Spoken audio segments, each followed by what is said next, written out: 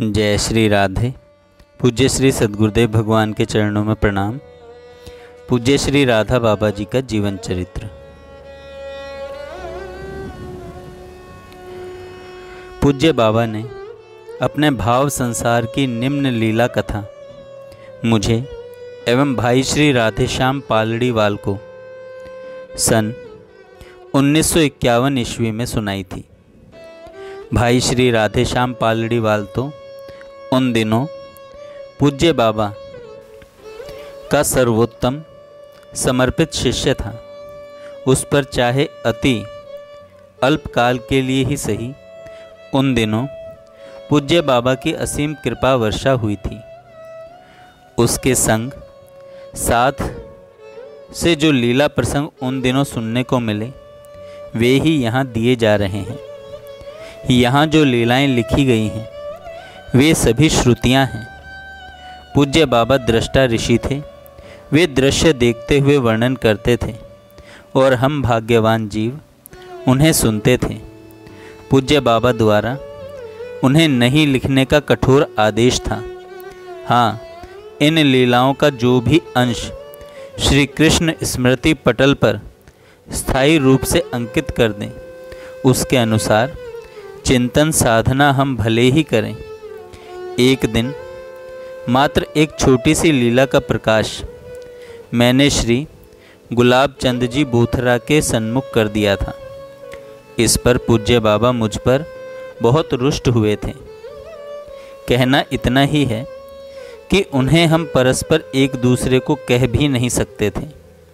पूज्य बाबा जिसे जितना अधिकारी समझते, अपनी इन लीला रूप मंत्र शक्तियों का बीज ही उसके हृदय में डालते थे और बस उस समय पूर्ण मनोयोग पूर्वक एकाग्र चित्त से हम सुनते भर रहें, यही हमसे उनकी अपेक्षा होती थी।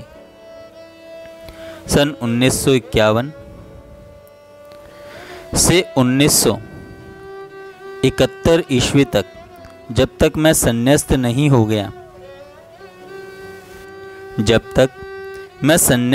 हो गया, सुनी हुई इन श्रुति निधियों को मंत्र स्वरूप जागृत अप्राकृत लीला प्रसंगों को यहाँ दिया जा रहा है।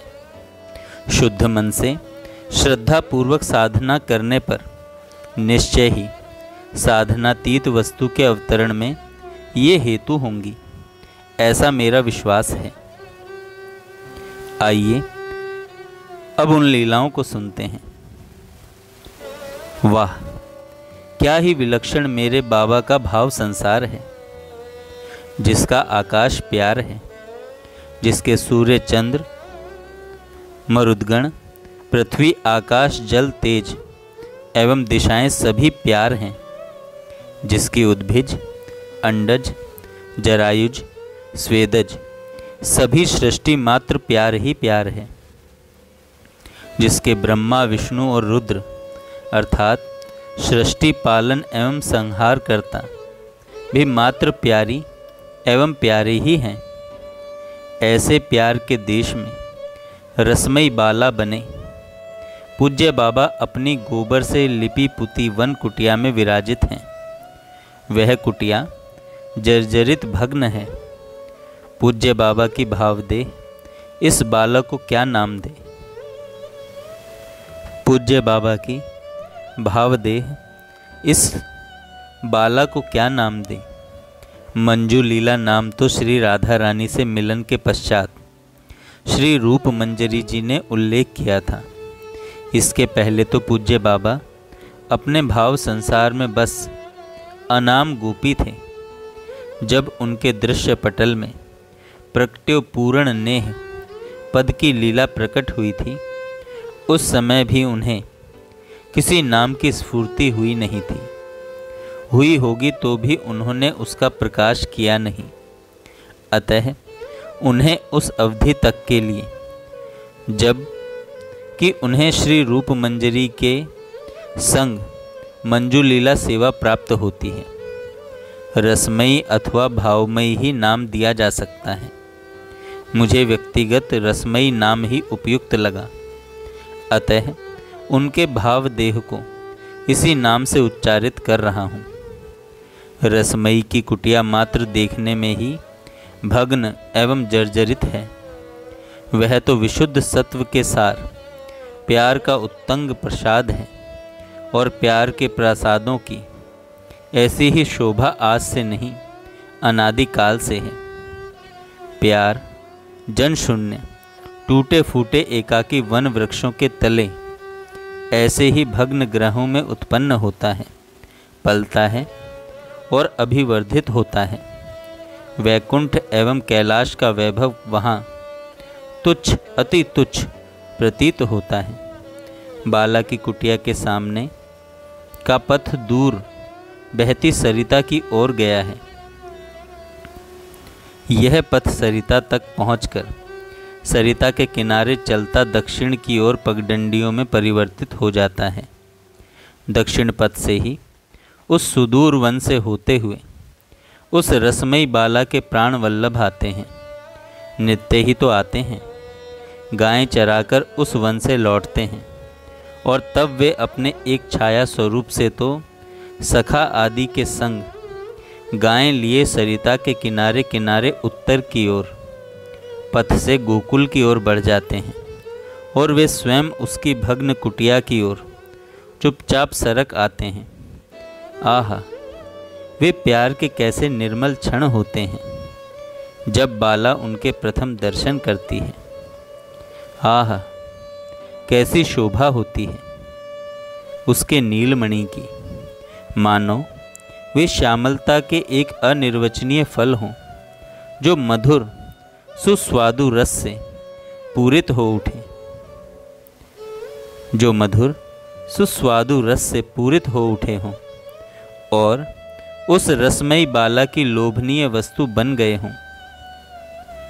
कैशोर भाव उनके अंग प्रत्यंगों में समस्त मधुरिमा और उच्छलित आनंद उड़ेल रहा होता है, मानो नील पद्म अपने हृदय में प्रतिक्षण सृष्ट होते हुए मकरंद एवं पराग को एकत्र कर मधुकरी रसमयी बाला का प्रीति भाजन बनने जा रहा हो।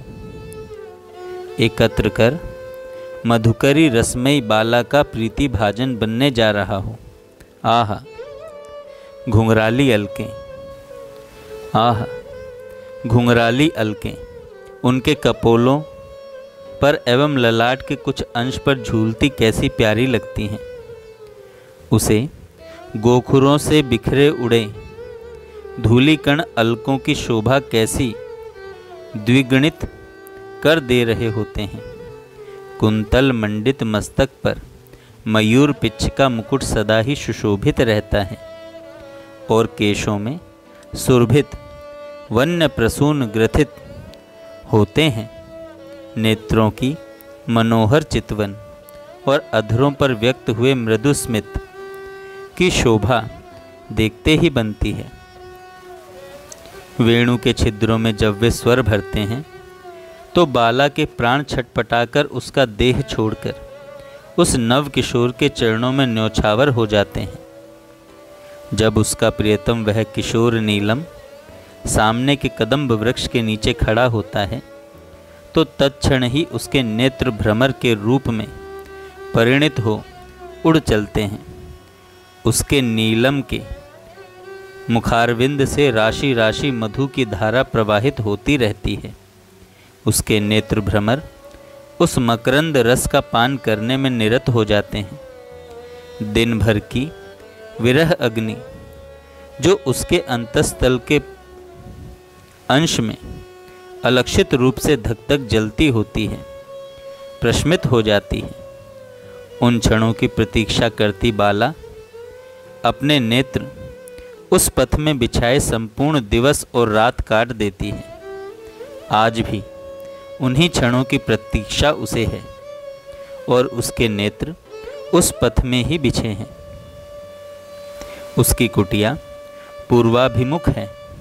अभी मध्याह्न है, फिर भी रवि किंचित पश्चिम की ओर अग्रगामी होने के कारण उसकी कुटिया के पीछे वृक्षों की ओट में हो गया है। कुटिया के बाहर सुखद छाया है, उस छाया में वह उत्तराभिमुख बैठी है। उसके प्राणाराम अवश्यमेव इसी वन में कहीं होंगे। उसके नेत्र उन्हें ढूंढते भटक रहे हैं। किसी सुदूर वन के मध्य कहीं उसके प्रियतम मिल जाएं, सखाओं के मध्य क्रीड़ा करते, किसी वृक्ष पर बैठे अपनी गायों को घेरते, पीतांबर फहराते, वंशी ध्वनि करते दिख जाएं। उसके नेत्र प्रियतम की खोज में उसे छोड़कर भाग गए हैं, और नेत्र अकेले थोड़े गए हैं। उसकी कर्णेंद्रियां भी वन पथ में ही कहीं वेणु ध्वनि सुन रही होंगी, और मन तो अपने मनोहर को एक क्षण भी नहीं छोड़ पाता। मन अपने साथ उसके प्राणों को भी ले गया है। हाँ, उसे संजीवित रखने का कार्य प्रियतम की अबाध स्मृति अवश्य क्रियाशील हुई कर रही है। सारांश यही है कि प्रियतम स्मृति रूप उसके नीलम के ही प्राणों का एक अंश उसे जीवित रखे है। उसके अपने मन एवं प्राण तो उसके पास तभी लौटेंगे जब उसके प्राण वल्लभ उसके नेत्रों के सामने आएंगे, और अब तो आने वाले ही होंगे। नित्य ही आते हैं, नित्य ही आते हैं। दक्षिण दिशा में थोड़ी दूर जो पुष्पित कदम्ब है, उसके ही नीचे वे प्रतिदिन खड़े हो जाते हैं। उनका यह प्रतिदिन का नियम है, फिर आज इसका उल्लंघन वे क्यों करेंगे? आज भी अब तो वे आने ही वाले होंगे। ऐसा हो ही नहीं सकता कि वे नहीं आए। इसी आशा में तो शरीर जीवंत है। उनके प्यार की ऊष्मा ही तो उसे जीवित किए हुए है।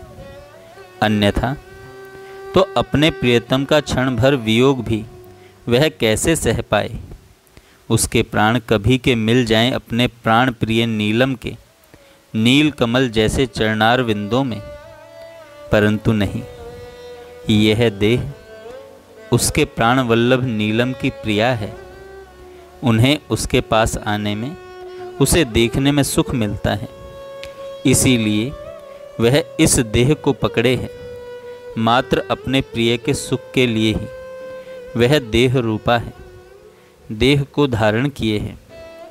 तो बाला के प्राण चले गए हैं अपने प्राण धन को खोजने। वे भटक रहे हैं उस वृंदा विपिन की राहों में, और आकुल प्राणों की सच्ची इच्छा जब उन्हें ढूंढने एवं पाने की होती है, तो वह प्राण धन मिल ही जाता है।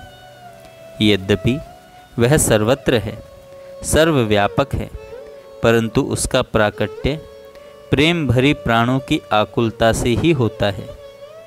रसमयी बाला के प्राण अंततः उसे ढूंढ ही लेते हैं। उसे देखते ही रसमयी के प्राण हरे हो जाते हैं। रसमयी के नेत्र, प्राण, मन सब इस शोभा का पान करने में संलग्न है। मानो पद्म का एक प्रफुल्ल बीज कोश हो।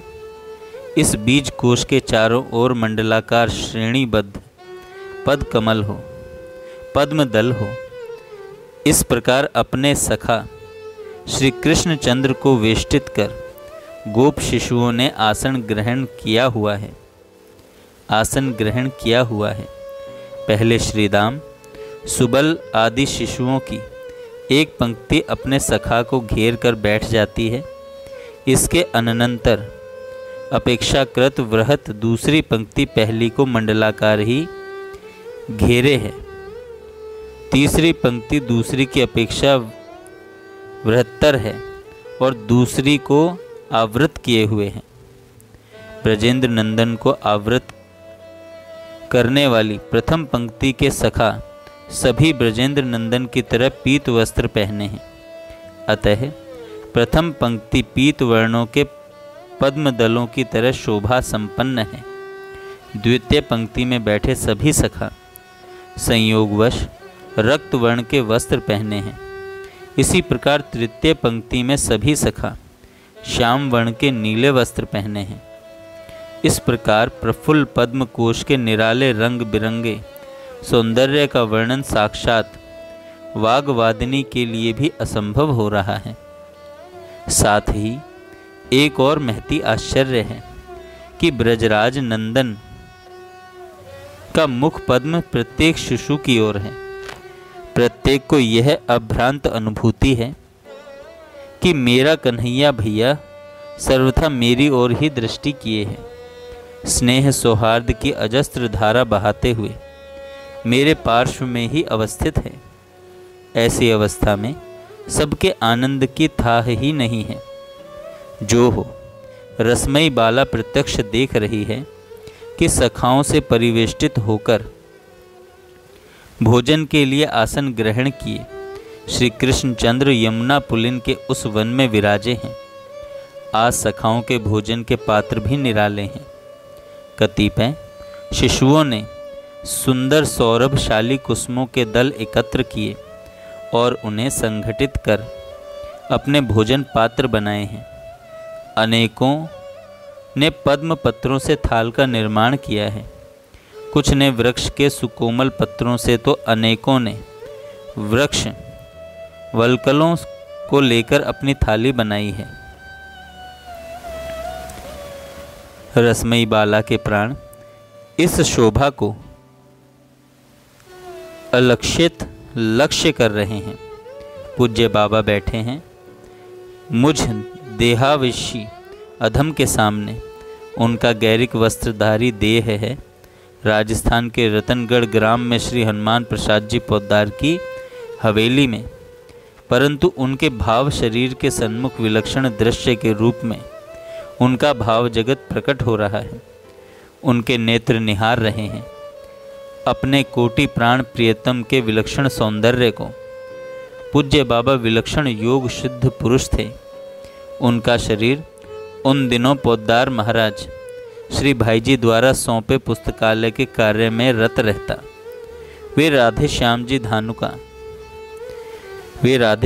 धानुका एवं अन्य लोगों को यथा योग्य कार्य करने का राधा राधा बोलकर अपनी स्लेट पट्टी में निर्देश देते रहते, परंतु उनके मन एवं प्राण अलक्ष्य लक्ष्य करते रहते अपने प्राण सुंदर नीलम को। उनके प्रियतम का मधुस्यंदी स्वर उनके कानों को निनादित करता रहता था।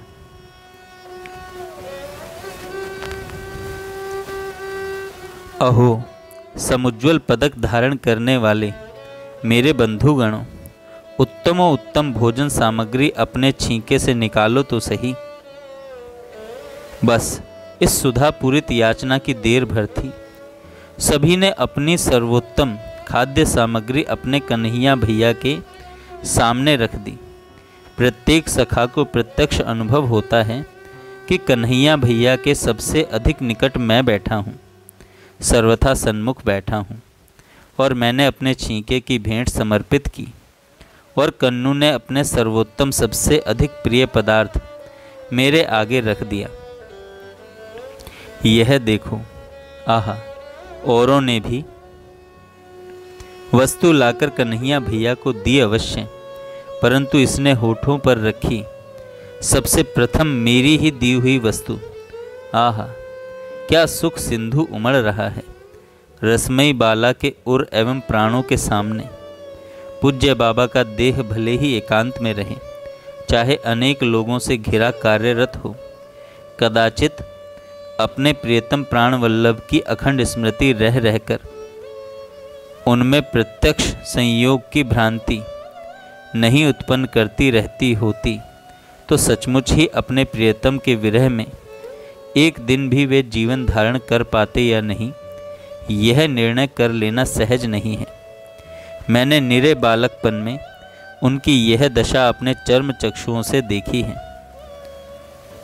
मैंने अपने चर्म चक्षुओं से देखी है। जय श्री राधे।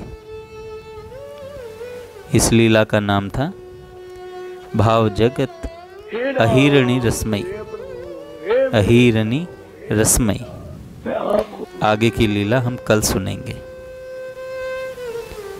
जय श्री राधे। जय श्री राधे। पूज्य श्री सद्गुरुदेव भगवान के चरण